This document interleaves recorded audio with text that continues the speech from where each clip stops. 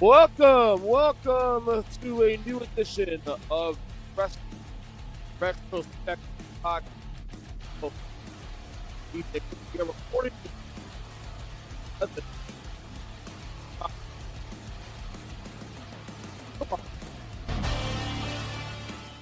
for this. This is the first solo podcast I think I've done for this show, for the retro show, in about 3 years. The last time I recorded a solo episode for this, I think I had did a spot on Randy Orton. At the time, Randy Orton was celebrating his 20 years in the business at WWE, and we reacted at the time to whether or not Randy Orton was considered a top 10 guy all time.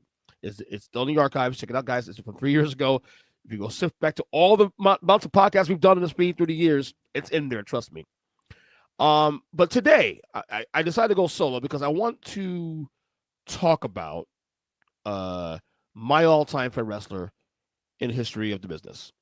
And that, of course, is the Macho Man Randy Savage, or some may call him Randy Macho Man Savage. And we're not going to talk about his career necessarily.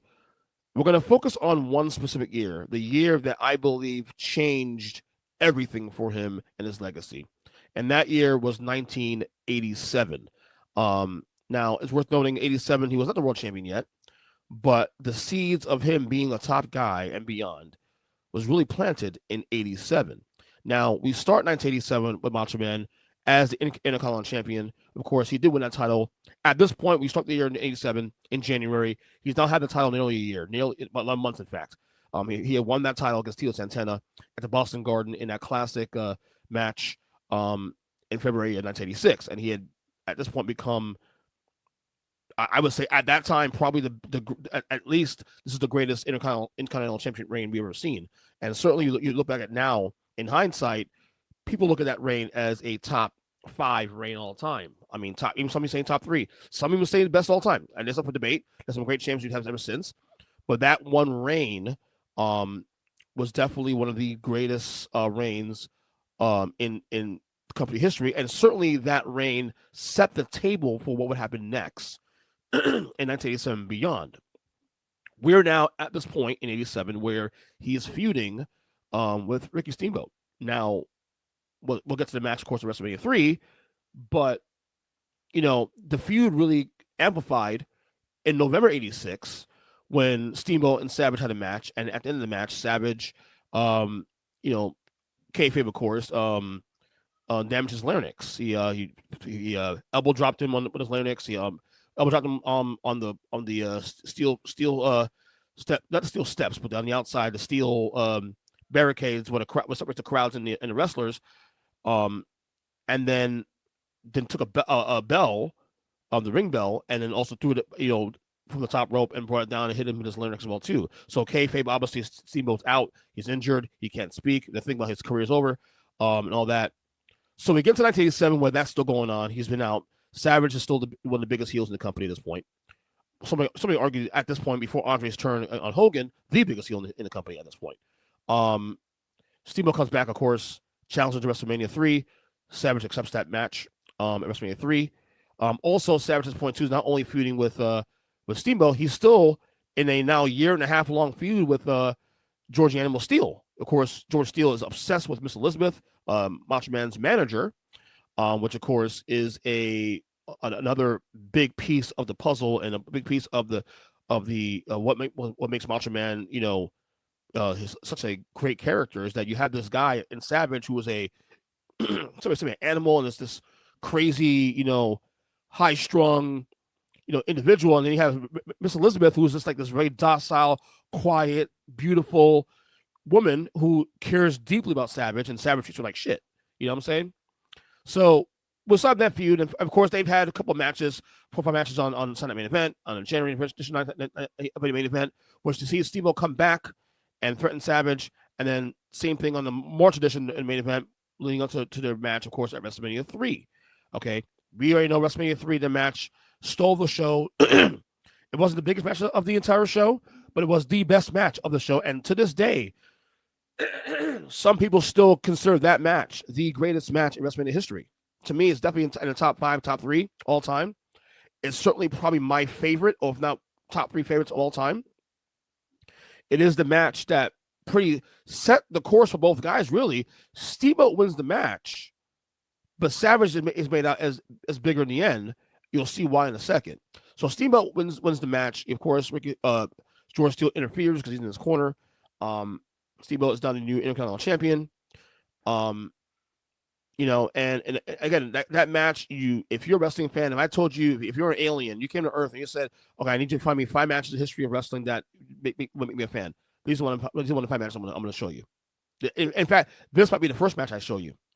So Savage is still a heel, okay, come out the match, and obviously Steve was the champion, but you start seeing little by little, he's starting to get some respect now, because Savage is still a massive heel, but he is getting respect little by little.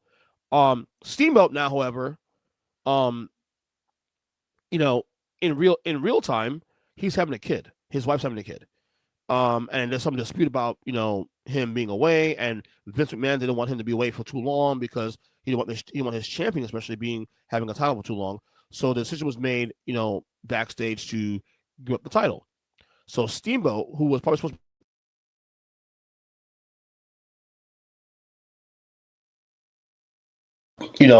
losing the title in June of 87 rather, to the Honky Tonk Man. Now, at the time, very controversial. It was like, how the hell is this guy, this goofball Honky Tonk Man, ends up being the IC champion? Of course, later on you realize that, and in my opinion, Honky Tonk Man might be, if not the greatest Intercontinental champion of all time. At least that's certainly that one reign he had. Meanwhile, for Savage, he's still a heel. He's still going to get cheers.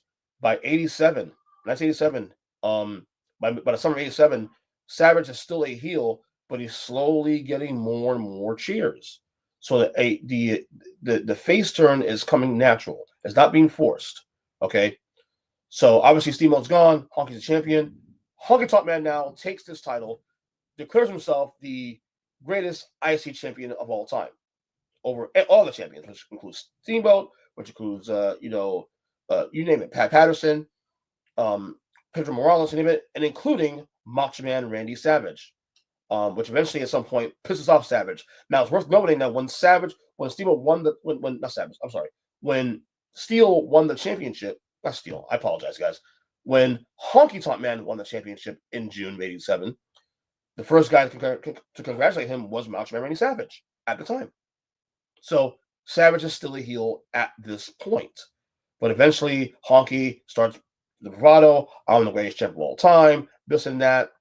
Which then, at some point by the end of summer, while Savage is still technically a heel, he's getting more cheers. Honky now is himself to be one of, if not the biggest heel in the company, by being this cocky, I'm cool, I'm cocky, I'm bad, Elvis character, which now naturally, which goes one opposite with Macho Man Savage. Macho is starting to become a babyface. Which of course now in the case of Honky and Savage, eventually Savage gets pissed off, approaches Jimmy Hart in the dressing room, tells Honky he has a message for him, and of course Honky continues his whole bravado of, yes, I'm the greatest IC champion of all time. And then of course, at some point, I guess it comes to head to the point where Savage is now getting cheered. So Savage at this point is pretty much a babyface without saying it. The crowd supports him. They hate Honky Tonk Man, and which leads into a match in October of 1987 on the October edition of Saturday's Main Event. Of course, Saturday's Main Event, Savage and Honky go at it. Savage is about to win the title back from Honky, and of course the Hart Foundation, who's also managed by Jimmy Hart, interfered in the match, and Savage is now beaten up by all 3 pieces of Jimmy Hart's stable, the Hart Foundation, Bret Hart, and Jim Neidhart, as well as Honky Tonk Man. Then Mr. Liz gets involved in the melee, and Honky Tonk Man proceeds to push her down in the ground, which back then was perceived as, oh my God, you can't do that. You cannot do that. So Honky now has massive heat. Liz goes backstage, and about a minute later, she comes out with some help, and the help is no other than the man in the company, the biggest name in the business, Hulk Hogan. Now, worth noting, Hulk Hogan and Macho Man Savage have been feuding for about 2 years at this point now. They do not like each other. In fact, they actually had a match or a couple matches or whatever that summer. But Elizabeth is begging Hulk Hogan to come help him out, and Hogan, of course, comes out there, helps Savage, knocks out all three members of Jimmy Hart's stable, and of course, Savage and Hogan almost clash, and then Savage puts his hand out, says thank you to Hulk. Hulk is a little, at times, still a little, what the hell is this? But then he eventually shakes Macho's hand, and there you go. Macho Man, if it wasn't obvious before, Macho Man is now a babyface, and that was confirmed with the combination of him, Hulk Hogan, which now is actually also the unofficial formation of the Mega Powers. Okay, by the way, they have a very classic, uh, promo in backstage after what Mean Gene Oakland, which is one of the, you see him all the time on memes across the internet. It's always available. Savage, of course, continues to feud with Honky rest of 1987. You're seeing this build now. Now, backstage, now what's happening is that Vince McMahon at this point, this is why 87 is a big year for Macho Man Randy Savage. Around this time, Vince McMahon and Hulk Hogan are, we don't know at the time, but they are planning to do a movie, to film a movie in 1988, which means Hogan has to go away for a little while. So Vince needs to find another guy to step in Hogan's shoes while Hogan's away. This is where Savage and this development happens. So you're planting the seeds now for Savage's eventual world title reign a year later. But all the seeds were planted here. Vince, I think, realized that at this point, by 87, I think he realized that Savage, who's at this point now, not only babyface, he's really over. He's almost on level Hulk Hogan at this point now, is the next guy. Also in 1987, you see a very not a lot of people talk about this match a lot. I do a lot, but people forget that there's a classic Bret Hart Randy Savage match from the last main event from 87 as well too. Also, that is a phenomenal match. I would put that in the top 5 Savage matches all time. Again, this is a classic. Bret Hart, of course, involved in that angle with Honky and beating up and costing Savage that championship. And there you go. So you have Savage at this point, red hot. Hogan's going to be going away at some point after WrestleMania 4, which means that we're all leading up now to 1988.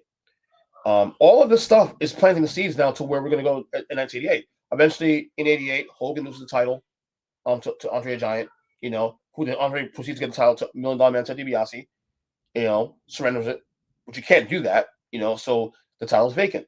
Of course, at that big tournament in 88, at WrestleMania 4, where Savage wins over DiBiase. So all these things happen because of the seeds planted in 1987. This is why 1987 was a massive game changer for Macho Man Randy Savage.